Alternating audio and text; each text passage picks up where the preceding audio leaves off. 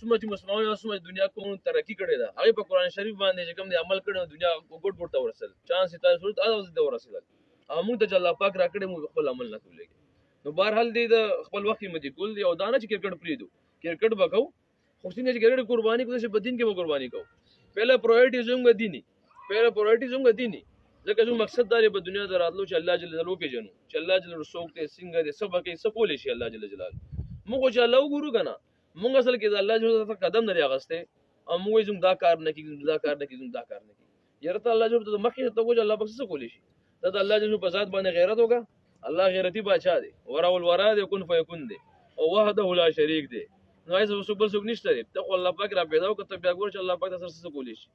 نو موږ به چې کوم نسی وته دا زموږ اسباب په دې به کې نه ساتو ځکه چې آزاد فرمایي کنه چې اسبابونه انکار کول ګناه ده او په اسباب باندې یقین ساتل الله کفر دی موږ کرکټ وکاو صرف ډیره بار اشعار فټنس او جمعه مختلف نیتونو بګرایي جیم کو په دینه ته ګوچار کله جهاد وروشم مو حاضر دی لپاره موږ جیم کو کله دین کې بس روز وروش ما و جاته موږ جهاد جیم دی لپاره کو کله موږ مرګرو تارونو ته کوم ځای کې اساس وغیرہ نو مکه زوري دا اوجت کوم زدا هیلپ وکړو د هر شي خپل نیتونه چینج کو د ارزه بالا از دقیق چې الله په لار کې د نیتونو معاملات بالا بسین کې راځي چې د الله په لار کې نو په 1000 روشندان قوم لګي دا نیت هم د هوا په راشي وغټ نیت دار چې یاره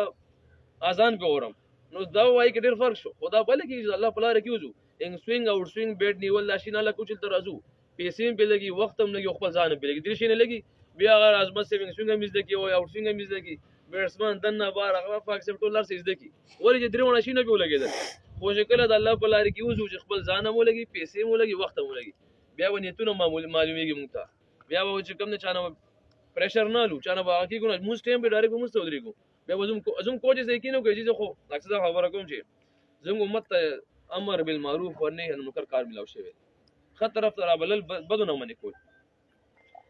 او دی وخت کې زم کوچ است غوړې کنه ول الله جل دا کار لګیا دي ځکه چې ماشوم د وکیل خپل کوچ هغه دا نه وي چې غلطه وکي همیشه له شیخي لګیای چې د څه کړو دا بجې شي او خطر ته سوچ کوي دا زموږ د امت کار دی صرف امر بالمعروف اور نهي منکر دا زموږ د امت کار دی زموږ مقصد دا دی دنیا ته دراتلو او کوچز کوالټي دا کار کوي خود دا اوس فل مایند چې کوم کوچینګ کوي دا دین طرف ته مړول دي